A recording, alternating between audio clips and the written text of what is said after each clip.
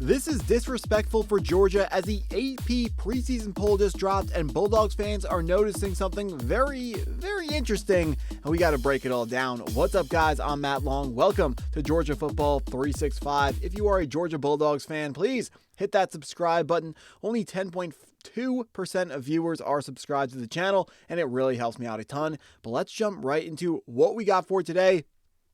The preseason AP poll was just released, with the Georgia Bulldogs coming in as the third-ranked team in the country.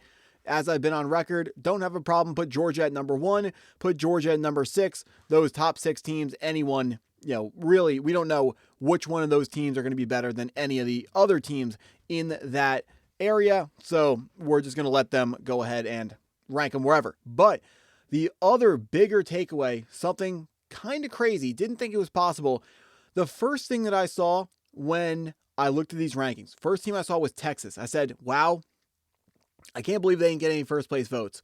Second thing I see, Miami gets a first place vote. We can see Miami down there at number 7 in the AP poll. Miami gets a first place vote, meaning the ACC has more first place votes than Texas. That I was shocked with.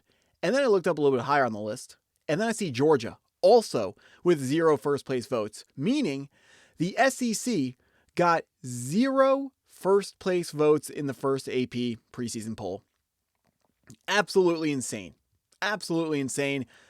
I understand putting Oregon 1, Ohio State 2, and of course the first place votes are going to be mostly concentrated on those 2 teams, but 0 votes for a team as talented as Georgia, for a team as good as Georgia, with the pedigree that the Bulldogs have, the history, the coaching staff.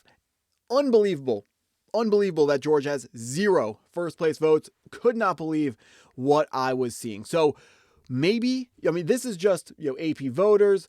It's not people that have to essentially put their money where their mouth is. So maybe a better view of where these teams are going to stack up over the upcoming season is going to be looking at betting odds. What we currently have on the screen here is the DraftKings betting odds via ESPN, where the Georgia Bulldogs are also installed as the 5th shortest odds to win the championship. But if you want to break it down and assign ties here, actually the third, I was going to say shirred for some reason, the third shortest odds to win the national championship, if you want to count Ohio State and Notre Dame as a tie, then Oregon and Georgia as a tie. But what's very interesting here is the way Vegas odds work. Of course, they have all of the best analysts, the best predictors, all the best predictive analytics, all the best measurements. They are willing to put up any amount of money, or they are willing to allow you to put up any amount of money versus their statement, versus their metrics, versus their models, versus their predictions. So this is probably a better way to look at how the teams stack up, where we can actually expect these teams to end up. But it's very interesting that Georgia, with the exact same odds as the Oregon Ducks, somehow we look at the AP poll and Oregon 14 first place votes, Georgia 0 first place votes. So this points to more of since we know all the best metrics are pointing towards Oregon and Georgia being the same, it has to be something other than numbers and metrics that has Georgia with 0 first place votes. It has Georgia as low as we are, if you can call number 3 low. It's also kind of crazy that Georgia can be as high as number 3 while receiving 0 first place votes, but we're going to let that go. So this essentially tells us how the AP voters and essentially the landscape of college football, the fans and analysts, view the Georgia Bulldogs.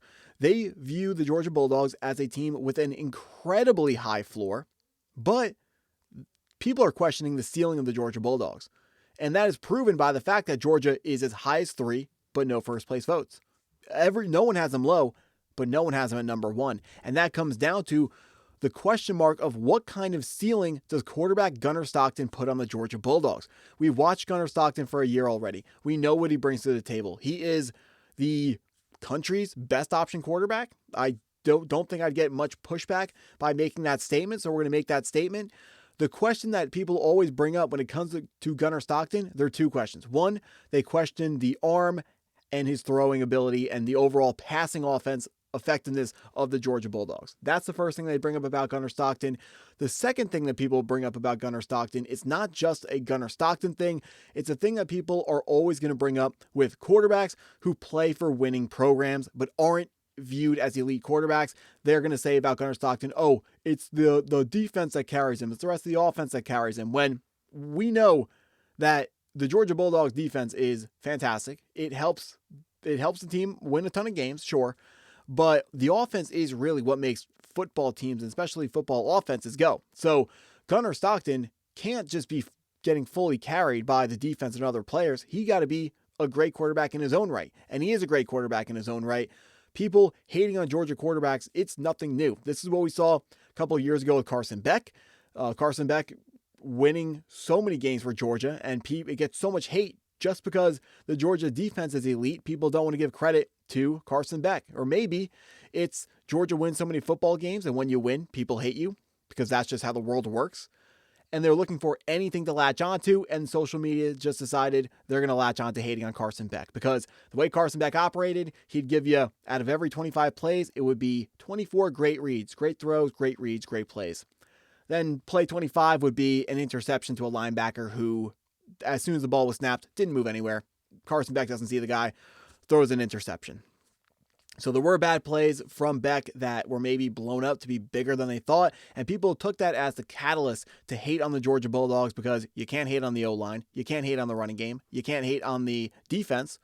So people are going to hate on the next biggest name that they can hate on. They're going to hate on the quarterback because people haven't been talking about Georgia wide receivers lately because ever since Brock Bowers and Landon McConkey moved on to the NFL, Georgia hasn't had that guy step up and have a fantastic season offensive weapon-wise or non-running back-wise. Let me rephrase that, non-running back-wise. So casual fans who want to hate on whoever the Georgia quarterback is, whether that's Gunner Stockton or Carson Beck, it comes from the fact they hate on the quarterback because they don't know who else to hate on because they either can't hate on people because they're playing well, or they don't know who the players are who aren't playing super well for Georgia. Now, we know the ceiling to this team is set by what happens with the passing game. Now, at the scrimmage, unfortunately, there were a lot of drops from the wide receiver group, from the tight end room. That has to be fixed because while Gunner Stockton is a great college quarterback, the weaker part of his game is his arm, and overall the passing side of his quarterback game is his weaker side. So Gunner Stockton is going to need to take another step forwards, which I fully believe he can. I know Georgia fans believe that he can, but the wide receivers and tight ends have to hang on to the football when he puts it on their pads. When he puts it in the breadbasket, the Georgia pass catchers got to be able to make the plays. Is that going to change this year?